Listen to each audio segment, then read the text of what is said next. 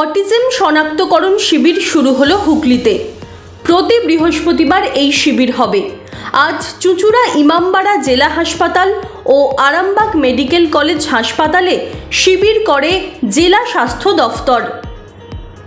যেসব শিশুর মানসিক স্বাস্থ্যের বিকাশে প্রতিবন্ধকতা আছে তাদের এই শিবিরে নিয়ে এসে পরীক্ষা নিরীক্ষা করা হবে, প্রয়োজনে চিকিৎসা দেওয়া হবে, প্রতিবন্ধী শংসাপত্র দেওয়ার ব্যবস্থাও করা হবে।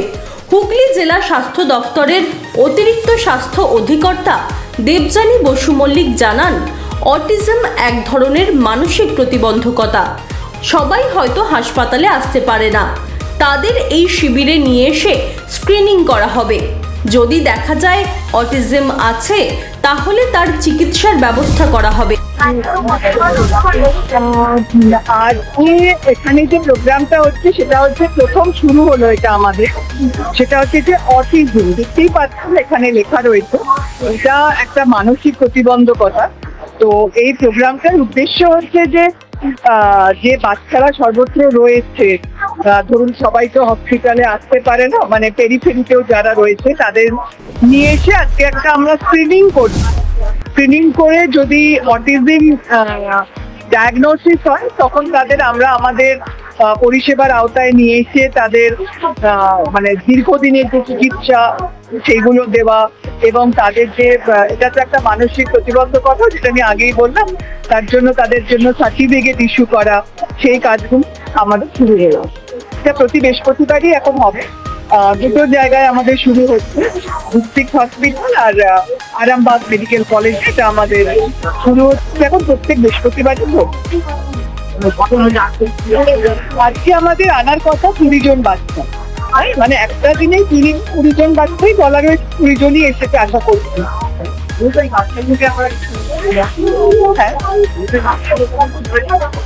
না, এই বাচ্চাগুলো হচ্ছে এদের একদম আমাদের গ্রাসরুট লেভেলে যে ওয়ার্কার যারা রয়েছে তারা দেখে যদি মনে করে তাদের আমাদের কাছে পাঠাবে। তারপর আমাদের এখানে সাইকিয়াট্রিস্ট আছেন, তারা ডায়াগনোসিস করবেন যে মানে অটিজম আছে কিনা। তাহলে ডায়াগনোসিস হওয়ার পর তাদের দেখানো, তাদের ওষুধ চলা, তাদের কাউন্সিলিং বলুন, তার বাড়ির লোকের কাউন্সিলিং, সবগুলোই আস্তে আস্তে চলতে থাকবে।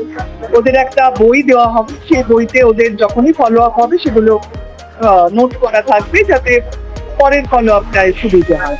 আর সার্টিফিকেট যেটা বললাম সেটাও তো তাদের ইস্যু করা হবে, আজকে নাম এন্ট্রি করে রেজিস্ট্রি করে নেওয়া হবে। না, এটা একেবারেই গাড়ি দিয়ে তাদের আনানো হয়েছে। আমাদের এটা একটা হচ্ছে আইসিডিএস যেটা রয়েছে আমাদের, সিডিপিও যারা রয়েছে তারা তাদের জায়গা থেকে বাচ্চাদের গাড়ি করে নিয়ে আসছে এবং তারাই এবার তাদের তত্ত্বাবধানে তাদের ফেরত নিয়ে যাবে। মানে এখানে বাচ্চাদের বা বাড়ির লোককে আলাদা করে আসতে হচ্ছে।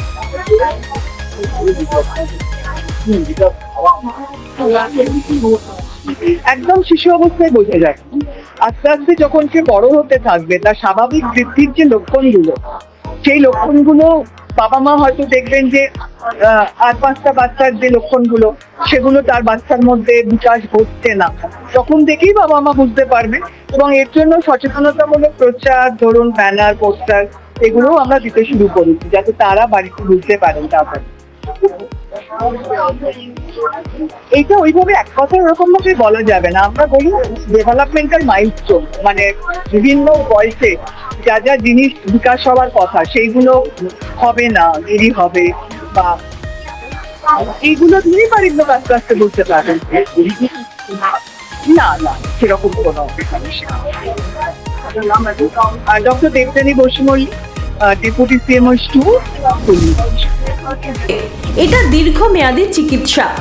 যেহেতু মানসিক প্রতিবন্ধকতা, তাই তাদের জন্য প্রতিবন্ধী শংসাপত্র দেওয়ার ব্যবস্থাও করা হবে। যারা অঙ্গনওয়াড়ি স্কুলে যায় সেই সব বাচ্চাদের ক্ষেত্রে নিচু তলায় যারা স্বাস্থ্যকর্মী কাজ করেন তারা যদি দেখে বোঝেন যে তাদের অটিজম আছে তাহলে এই শিবিরে নিয়ে আসবেন। তাদের পরীক্ষা নিরীক্ষার পর যদি বোঝা যায় যে অটিজম আছে তাহলে তাদের কাউন্সেলিং করা, তাদের পরিবারের লোককে কাউন্সেলিং করা চলবে। একটা বই দেওয়া হবে, ফলো আপ যখন হবে সেগুলো লেখা থাকবে। এক একদিন শিবিরে 20টি বাচ্চার নাম রেজিস্ট্রেশন করা হবে। Bureau report, DNN Bangla.